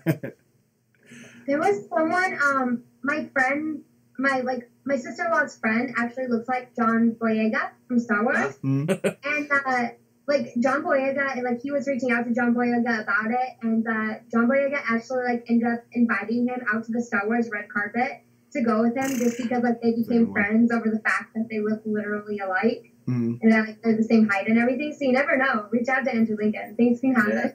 Right. Well, I'll give a shout-out to Xander Berkeley. There's 2 selfies that he took that he's supposed to send to Andy, or if he hadn't already sent to Andy, so you never know. So that's pretty cool. That's really cool. Yeah. Done. Yeah, Xander's good like that. He's a good guy like that. So yeah. As far as any kind of have you been to any Walker Stalkers or anything, Chelsea? Or I haven't yet. I'm trying to save up for it next year. It's because I really didn't know about it at first until someone told me about it. Yeah, and, I go to so many cons a year that I just didn't have enough to go to one. And also, they don't have any down where I live in California. They have them in Northern California. So either way, I have to travel. Yeah. Either fly or drive, and it's just a lot for money-wise to go there because they're expensive. Do you go to San Diego? I go to San Diego Comic-Con, and WonderCon. I try to do other little cons like Halloween conventions we have here in California and stuff. But next year my family's planning on not going to anything and just saving up to do a Walker Stalker. Right. Because we do have to fly out and obviously you have to pay for meet and greets and stuff like that. Oh, so we we're know. trying to save up. Oh, we know. Oh yeah. We know. We know. So since we're talking about cons, hold on one second. There's actually someone over here on the West Coast who does a Maggie cosplay, and she literally looks exactly like Lauren Cohan. You may see her. They sometimes show her picture on the Talking Dead and the little packages. It's just so funny. If you guys could ever meet, that'd be amazing. That you would guys both look like awesome. If we could, is she on social media? She has a cosplayer group. If I can find a card for her cosplay, because they're a SoCal Walking Dead cosplay group. Right. So she does Maggie in it. I'll have to try to find the card and send you guys her information. If you can find it, let us know, because then we'll pass it along to David, and then they can always contact each other on social media, and you never know. I mean, to have both of these people walking around at a con would be crazy. Yeah, he's so cool. Yeah, that'd be So real quick for everybody watching, for a lot of we're doing a giveaway for 2,000 followers. We're almost there. We're over 1,900. And obviously we have a lot of stuff that's going to be, given away to the winner. One of the things that the winner will receive, if they can either pass it along to a friend, it doesn't really matter. But one of the things that the person will receive is a 2-day general admission package to a Walker Stalker Con that's available still in 2018. There's plenty left to still come around. So once we hit the 2,000 follower mark, in the giveaway package, the winner will receive this Saturday-Sunday pass, general admission, free entry into whatever Walker Stalker they choose. So if we hit that 2,000 mark before Atlanta, and this person wants to go to Walker Stalker Atlanta, well, guess what? Here's your 2 general admission free passes. Obviously, you can upgrade and do whatever you want, but we're offering to get you in through the door for free. So, amazing gift. Yeah, that's really cool. Yeah, I mean, that's just part of it. That's just part of what we're giving away. Obviously, thank you to Renee, who's always puts these packages together for us to help, help us out and everything like that. seriously. She does amazing things. So if you go, anybody watching, just whatever, reach out to a friend. What up, Steven? Steven Sweets here from he's down in Sonoya, and he runs, I believe, like the how many sites? The Georgia Tour site, and God, he runs like all the I think social media for a lot of places down there. You met Steven down there, right, David? Yes. Yeah. Yes. So David, Steven just chimed in now. And Steven's actually a father, a new father, newborn of he's daddy. Yeah. Hey, Daddy Steven. Daddy Steven. Congratulations. So yeah, I just wanted to throw that out there. So if we can mosey on our way to 2,000 followers, we can give those passes away to somebody, and hopefully make them really, really happy. How close are you to 2,000? We're close. We're over 1,900. Yeah, now? we're over 1,900. Oh, okay. So you're really, really. Yeah, we're really close. Like, hey, every day we get, 5 or so. So, yeah, we're getting there. Some days are better than others. Yeah, of course. What do they follow you? Where's that? Twitter. Twitter primarily. At Twitter. Okay. Yep. Twitter, it would be in, Twitter, it's at Beast Mode NY. It's, at our handle is at Beast Mode NY. So they can look us up just by doing that. Real quick, I just want to give a shout out to Robin that we had on last week, Black and White guy. I ordered 2 prints from him. I love the Flash Arrow TV shows. Very big comic book fan. So I ended up ordering a Flash piece that he did. Amazing. Cool. Yeah. The heck? And considering that he's only, he's colorblind and can only draw in grayscale, that's pretty amazing. Amazing. And Black Canary, one of my favorite comic book characters of all time. She's Wow. Yeah. What? Awesome. That's drawn by hand. That's hand drawn. That's ridiculous. How are people that talented? That's Right? amazing. Yeah. So that's a thing. Yeah, that's a thing. Yeah, that's Robin Overton. He's known as the Black and White guy. Yep. Amazing. Yeah. He's amazing. Oscar Rodriguez. Yeah. If you want, Brother. I'm not sure if you. I mean, I know you have Glenn stuff back there. So Everything. yeah, so I mean, if you're into Glenn stuff, I mean, and you want some new art and everything like that, I can give you guys these handles. You can go hit them up. I mean, they have so many great pieces, that they do. Yeah, so really, really, really good stuff. Why does it say that? That's weird. I don't know. We're on Instagram and it says Facebook has stopped working. Well, Okay. Facebook owns Instagram, so that's... Do they really? Yeah. I didn't know that. Oh, yeah, Facebook owns Instagram. That's why they don't like it when you hashtag stuff, because Facebook doesn't like hashtags. Twitter does hashtags. Oh. Yeah, I know. Watch out. Yeah, it's a little thing there. You can't do one on one and, do it on the other. Yeah, Facebook says no, don't do that. So David, what do you got going on? What do you got coming up? Anything? What do you got? Yeah. So I've got Sonoy that I'm going back, and I'll kind of fill you in. Like a couple people have reached out to me and want me to come down there for my birthday. They want to comp me a few things, Right. and which is super cool and nice of them. But I'm really going down there to just hang out for my birthday, and then I'm doing Knoxville Fanboy Fest the next weekend, and I am going to be there. And then I've got a long list of events. I announced the other day I will be at Orlando at I'll have my own booth for the first time at Orlando. So I'll be at Walker Soccer Orlando. And I'm also going to be at Walker Soccer Atlanta for all 3 days. And so I'm really excited about those. I'm doing a couple birthday parties in between that people have booked before. Yeah. So I'm having, I mean, if I want to have my birthday's coming in July. So if I want to have Rick Grimes at my birthday party, what do I got to do? Give me the dates. Oh, that's it? Yeah, give me the dates. Oh So, my God, that's so cool. I really want to have Rick fucking Grimes at my birthday party. I'm not going to lie right now. Hey, it's you, Chris. I mean, I would be honored to come for your birthday party. So, Dude, you're gonna come to New York for me? Yeah, I would. Yeah, just give me the dates. I'm really tempted right now to have him come. Live podcast on Chris's birthday. You know, like, oh my God, could you imagine? I'm gonna be like, shots with Rick Grimes.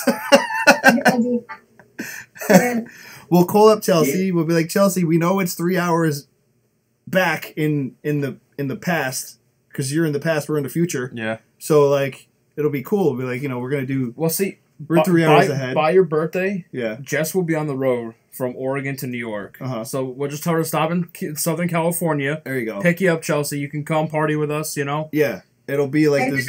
New York. I really want to go. I'll come. Oh, you never been to the East Coast? Yeah. Oh, it's terrible here. Don't come. I went to Pennsylvania for my first time this last year. Okay. And I experienced their heat. I'm not complaining about my heat anymore. That's horrible. Yeah. Because I went during was it August? Yeah, probably. it was August. But I've never been to New York. That's my dream, is to go to New York. You were literally like right next to us. You were in PA. Yeah, I was working though. We were only there for 2 days, and we were filming there, so we couldn't like travel anywhere. Oh, that sucks. Boo. Well, Chris, this is the deal. Oh God. I've been promising Karina for a long time. She has never been to New York, and I used to go all the time. So she wants to go to New York really, really bad. And since my father, my mom has passed away 2 years now, so I go back and visit my father, and so I can drive there, stay with him, then drive up, and I will gladly do your birthday party. You just give me the dates. I'm sure I can make it happen, and I'll bring her up with me, and I can make it a 2 for 1. So it'd be awesome. So. Wow. All right. Well, my birthday is the 5th of July, but that's a Thursday. Okay. So I'll be having my little get together thing. Is going to be on. Unfortunately, it's going to be on Sunday the 8th. I can't do Saturday. I have to do Sunday. That will work. But I mean, if you want to hang out Saturday, I can hang out Saturday and then party on Sunday, whatever. So this is the deal. Like my work, I only work a couple days during the week, so I usually have Friday, Saturday, Sunday, Monday, Tuesday off. That would work. So I can make it happen. Wow, I'm like stoked right now that I'm gonna. If this really happens, man, No. It's not gonna. If it will happen, so I will be there. So yes, been clutch. Yes. Yeah. I'm taking so many selfies with Rick Grimes. Yeah, you jelly right now, right? Oh, jealous. You are, cause you are, cause your birthday's not until August. Okay, your point. You want to share my birthday? You want to have a birthday with me? No, I'm good, thank you. Are you sure? I'm not even invited to your birthday. I'll dress up. I'll dress up as Arrow, even though I don't know what the fuck he is. But I'll dress up as him. Oh, I love that show. Come on now. It's DC, guys. I mean, come on. And DC makes better TV shows. So debatable. Woo! Come on. I love the Netflix Marvel series. That is my line. Defenders was such a letdown. Okay, Defenders, but Jessica Jones and Daredevil and Punisher is my stuff. Yes. That is so good. She's a Marvel chick. She got a Spider-Man hat on. You lost at the beginning. Okay, what happened to Agents of S.H.I.E.L.D.? What happened to Inhumans? Agents of S.H.I.E.L.D.'s still on. Still a good show. Still? Okay, Agents of S.H.I.E.L.D. You're the reason why Brianna won't come back on. What if you asked Brianna to come back on? She's like, Ryan doesn't like S.H.I.E.L.D. I'm not coming back on. She has never said that. Just walk out of here with that. Agents of S.H.I.E.L.D. I don't like. I like The Gifted. That's good. Okay. Yes, Jeannie, I am going to Texas in July. July 20th, actually. Oh, yeah. One of our followers, Jeannie, and sorry, I just put my handle up in Instagram's face. Jeannie and her son, Nick, are going to end up hooking up with Ryan and your girlfriend, right? Yep. Is Jessica going to be there, too? Yeah, she'll be hiking in July in Texas or something. Yeah, who does that? I don't know. But I will be flying out. Somebody who likes to sweat a lot. Yeah, I don't know. I will be there in July, but I will probably be hanging out with Jeannie and Nick the entire time. I wonder if Jenna and Garrett and all them are still... They're done filming, right? No, actually, Jenna's filming right now. I don't know what she's filming, but she's still filming. Do they film in Texas? Yeah, of course they do. I wasn't sure if they film somewhere else. They're in Austin. They're in Austin. Yeah, Garrett tweeted yesterday that he's done filming. So Okay. he tweeted yesterday. All right, so I They wonder. had a frat party yesterday because I saw that on like Jenna's story or Domingo's story. Yeah, they had they did have a wrap up. I saw they had lobster and everything. It looked amazing. Yeah. we'll be in or around the Dallas Fort Worth area, so I don't know how close that is to Austin. I don't know. You'd have to ask Jeannie. But they're not going to be filming anyway, so that's. Oh yeah, true. Yeah. We were talking about Jenna earlier. Have you ever listened to her podcast she does with her husband? She has a podcast? Yes, with her husband. It's called Kicking and Screaming. It is absolutely hysterical. I got turned on to it by one of our followers, and Where's this stuff? yeah, Karen turned me on to it, and it was absolutely hysterical. It's probably one of the. It's very real life because obviously they're married, they have kids, and they talk about like real life stuff. They don't pull no punches, and it's very, at times, I don't want to say raw, but it's just very real. It's very real life, and it's really, really funny. You can find them on iTunes. I listen to them on iTunes.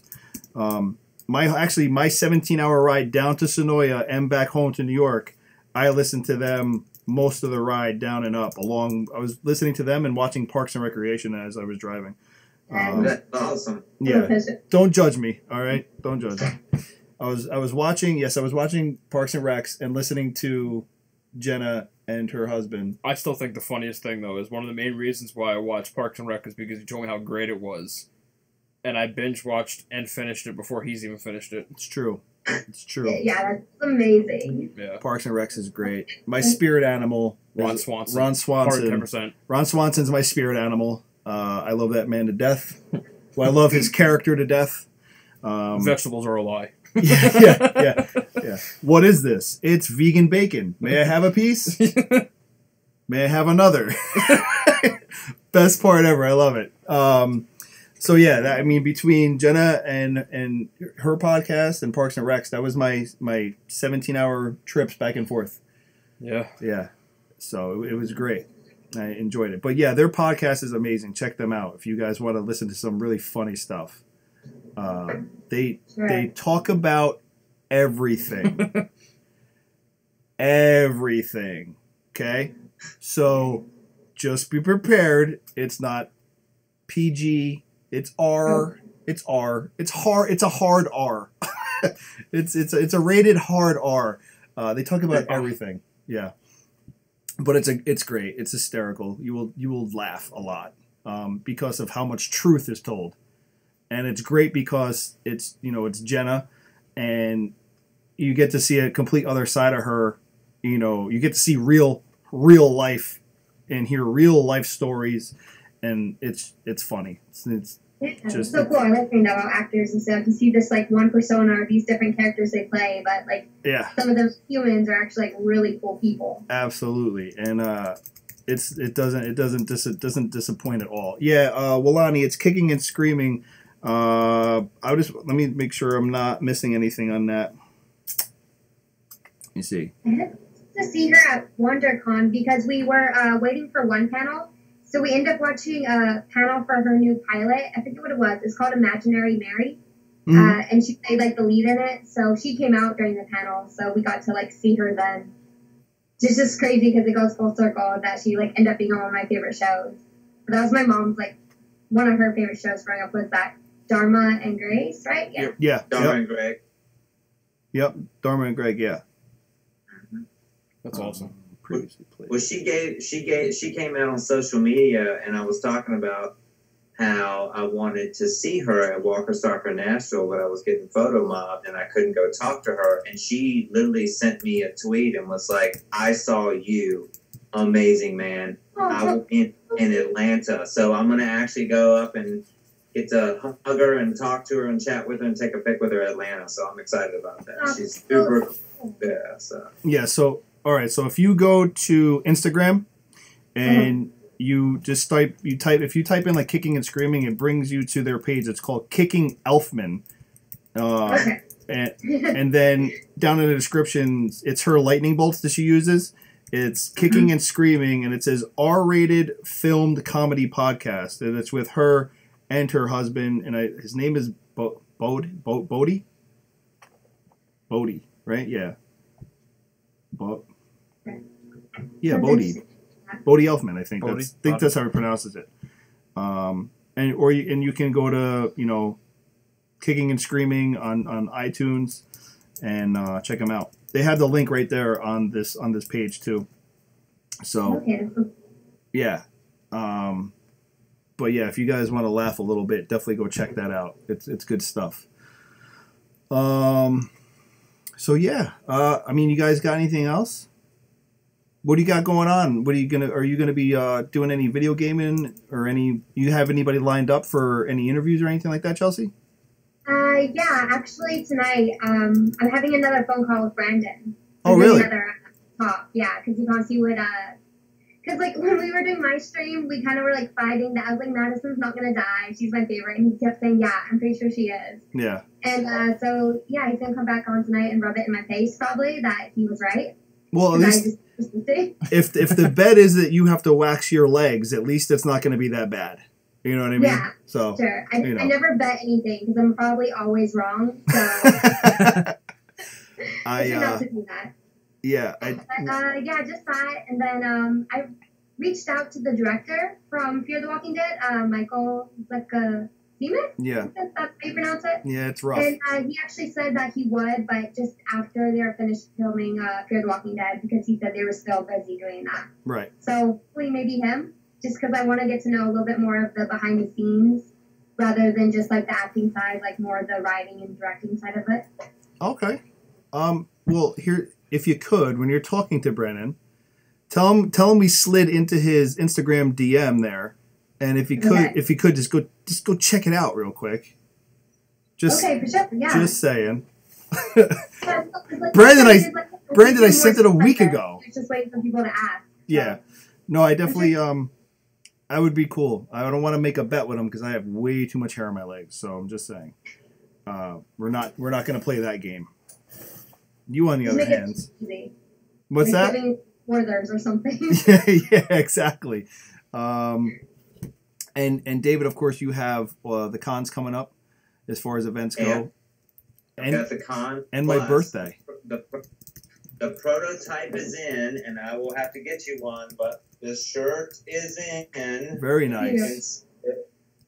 So that's my catchphrase on a shirt, and I got that all copyrighted, and I've got the prototype I'm wearing, so to make sure it's going to be up to snuff for the fam. Right. And I'll have to bring you guys one each when I come for your birthday. Yes. And that's awesome. I'm excited about those. A lot of people keep on asking me every day, are they ready? Are they ready? I'm like, well, I want to make sure they're going to be right because I'm really picky. So if they're not right, I don't want to give them to the fam. So yeah, I'm excited. So I got the shirt that's coming out. There's a lot of things happening. We're going to do some design changes too on our Beast Mode stuff. We want to, for a while, we've been wanting to incorporate, either the Walking Dead family on it or something like that. So we're going to do, obviously we love our originals, but we're going to do a little bit of a design twist and try to incorporate Fear and the Walking Dead into our Beast design somehow. So I got some people working on designs and stuff like that. So hopefully the Beast 2.0 stuff will look really nice. So sweet. Yeah. So cool. Chelsea, what size shirt do you wear? A small. Perfect. All right, we'll talk to you and we'll get your address. We'll get you out a shirt. Oh no way! That's so cool. Thank you. No problem. You want red or black? What do you prefer? Black. Perfect. All right. That would be cool. Make oh it. my gosh.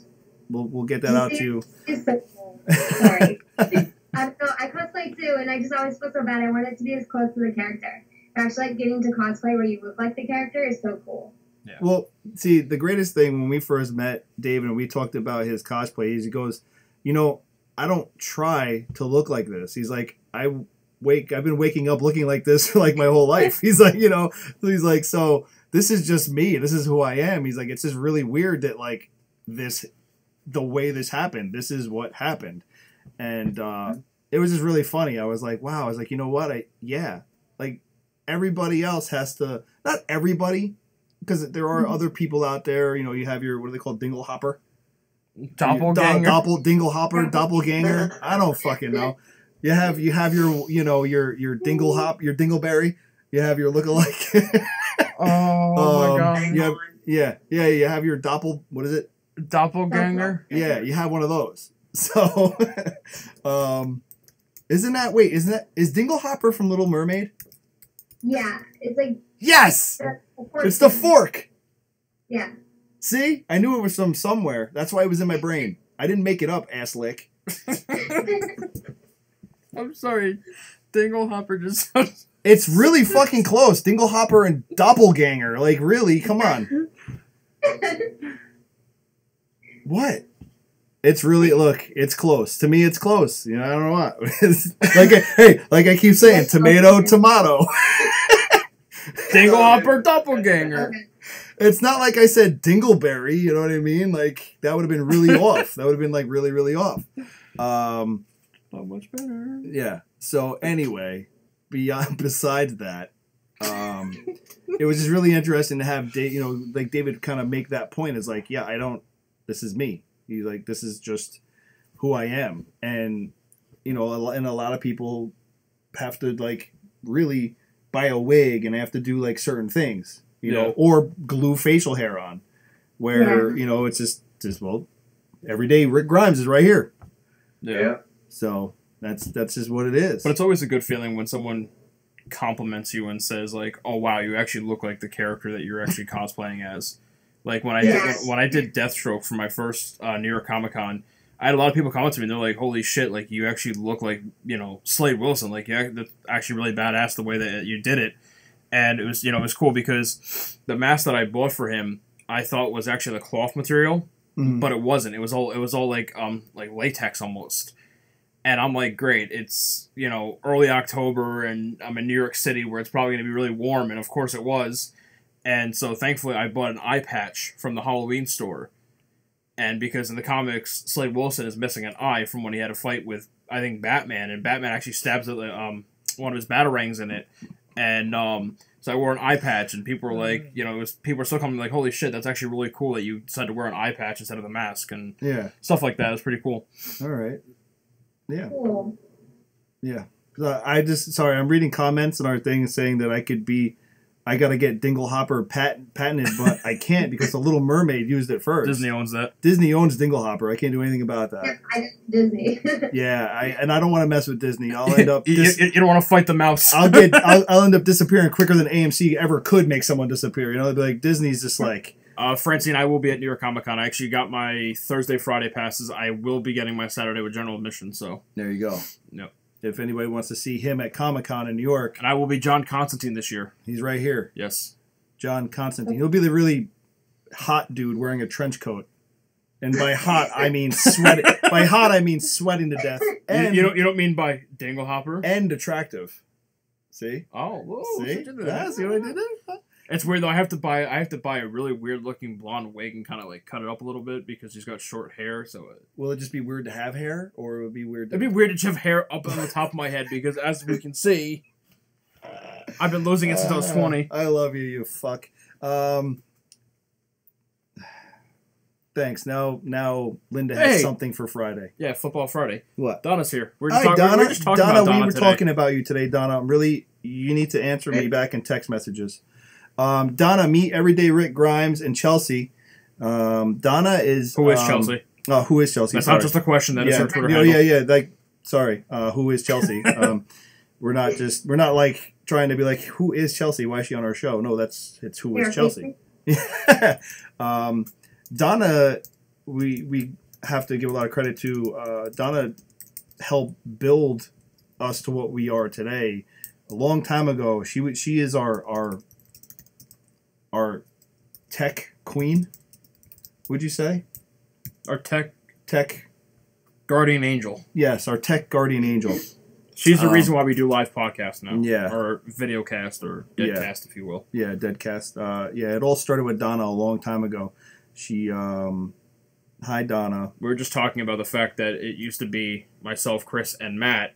Right. And when we did our first ever live podcast, it was with Peter Zimmerman, actually. And he was the one who was like, hey, guys, are your videos live? And we're like, no. And he was like, well, I have a lot of people that want to tune in live. And I'm like, yeah. All right. So we told Donna, and she was like, all right, I'll figure it out for you guys. So then she's on speakerphone, and I'm in front of the Mac with Matt, and Matt and I are both very tech-oriented. Mm-hmm. And so we're trying to figure it out. She's speaking a foreign language through the phone at us, and I'm just like, what are you saying right now? We had a lot of hiccups. In the meantime, I'm standing there ready to take the Mac and throw it out a window and watch it smash into 1,000 pieces. Yeah. Because that's how tech-savvy I am. Very relatable. Yeah, right? Setting up OBS is a nightmare. Learning anything about computers, a nightmare. Well, here's the thing. You're lucky you ended up with OBS because we were using Wirecast previously, and Wirecast is a piece of trash. And we paid for that, so that was really cool. Oh no! Yeah. Oh yeah. Yeah. Where OBS is free and does all these amazing things for free. Yeah. Oh my gosh. Yeah. We learned the hard way. All right. Well, it is 8:30. We're gonna go. We know you have an interview soon, so we're gonna let you go so you can freshen up, put on a Thor hat, and then go talk to. Who's your favorite? Is Spidey your favorite? Yeah. Oh, okay. Spider-Man. What did you think of Homecoming? I thought it was entertaining, but I didn't like it as much as other Spider-Man. It was like, it just seemed really Disney, really over the top, if that makes sense.